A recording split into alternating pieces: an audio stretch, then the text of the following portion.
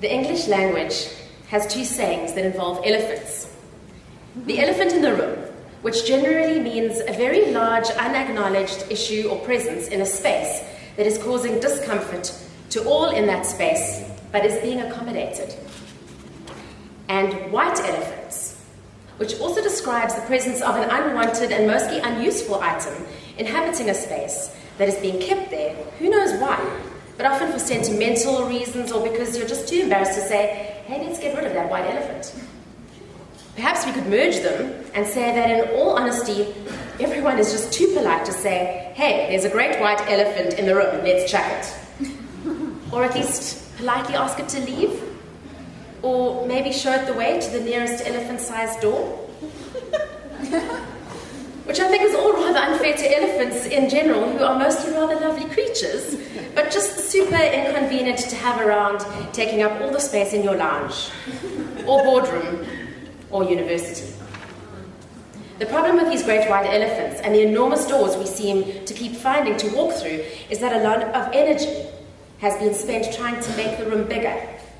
You know, to make space to welcome all the other equally lovely creatures. But that didn't work. Somehow we seemed to keep inviting or employing our friends, and the room just kept getting filled up with elephants. So I'm sure you've guessed that this is a short talk about a long problem of all the white elephants that keep filling the rooms of our new democracy, and all the friends who we keep inviting who are predominantly, but not always, of the same pigment. It's been a rather embarrassing task preparing for this talk, because let's be honest, it would have been pretty awesome if I'd stood here and delivered it, say, 5 years ago even. Or even better, 20 or 400. But it's been so hard to get the message across to us, sometimes not so gentle giants, that it seems to have taken the disruption of places that us elephants most like to gather for it to become a topic on everyone's lips. And oh, how I wish we had read the signs sooner. That we'd read the pain, listened to the stories, believed the lived experiences, examined our hearts, repented, acknowledged our unfounded fears, and seen the incongruency of our own enormous, sometimes beyond sell-by-date presence in the room. But we didn't, and here we are in 2016, either trying to become woke, which, if we are honest, can sometimes land up looking a bit like this. Well-meaning, but altogether awkward and sometimes rather dangerous.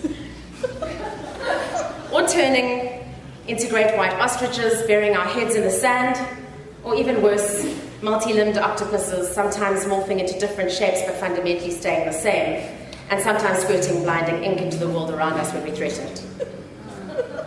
Can you remember the first time you heard the actual phrase, white privilege? I can't. It has gradually become part of my fragile identity, but I can tell you shamefully that it wasn't more than 5 years ago. Globally, people are trying to conscientize one another. I mean, it's not as if Facebook hasn't tried its best to help us out by using humor that we might understand. This is, for those at the back who can't see, this is a slide flowchart using white people's lingo that helps you work out whether you are a racist or an idiot or not. By using simple, provocative awareness raising.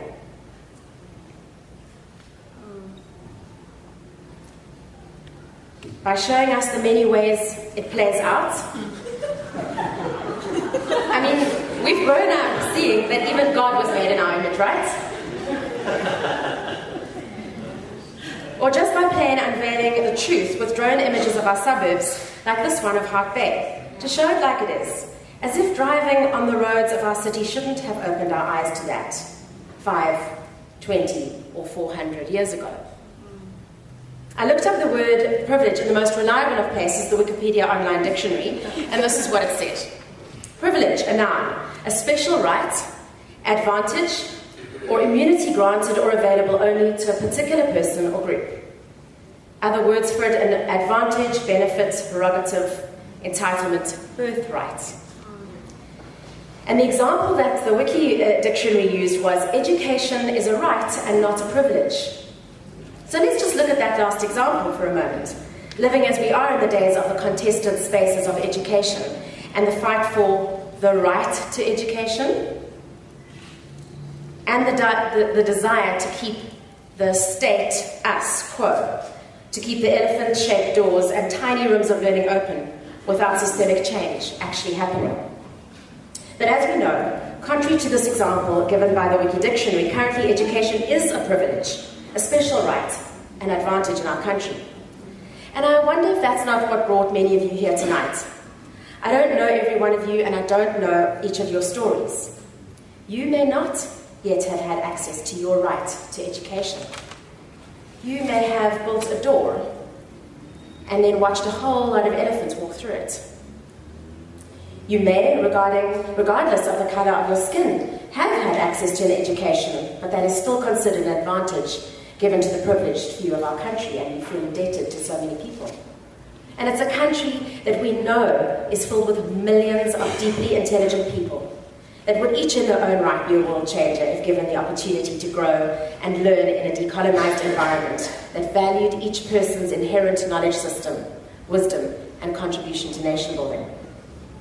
Whatever your past, current, or future access to this right, you may find yourself here wondering, how is it that you can walk through the door and take your rightful space, like Bongo? Or how can you, having occupied a space, hold the door open for someone else to enter? Or how can you vacate a room where you suspect your presence has filled a space that you need to leave for someone else to enter now? I can't answer those questions for you. You each have your own story, your own wisdom, your own niggling questions, your own pain, and your own privilege. But I can tell you about another phrase we have in English: white noise. Defined again by the Wikipedia Dictionary, white noise is a noise containing many frequencies with equal intensity. And let's be honest, we've had quite a lot of that for the last few weeks.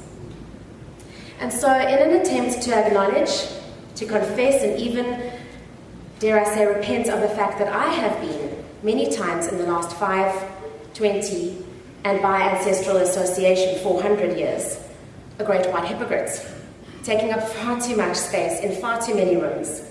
I would like to reduce the white noise by just one intense frequency, and instead of filling these last few minutes of my 10-minute allocated talk with well-meaning and of course well-informed content about white privilege, about its realities, examples of what kinds of doors it opens, its dangers and its remedies, I'll rather just quiet down for now. Stop filling the space to capacity as I've always done in the past, and leave the remainder of the space open for the last few minutes. I want to make the space for the next few minutes for you to connect with your own wisdom, your own voice, your own questions, your own answers.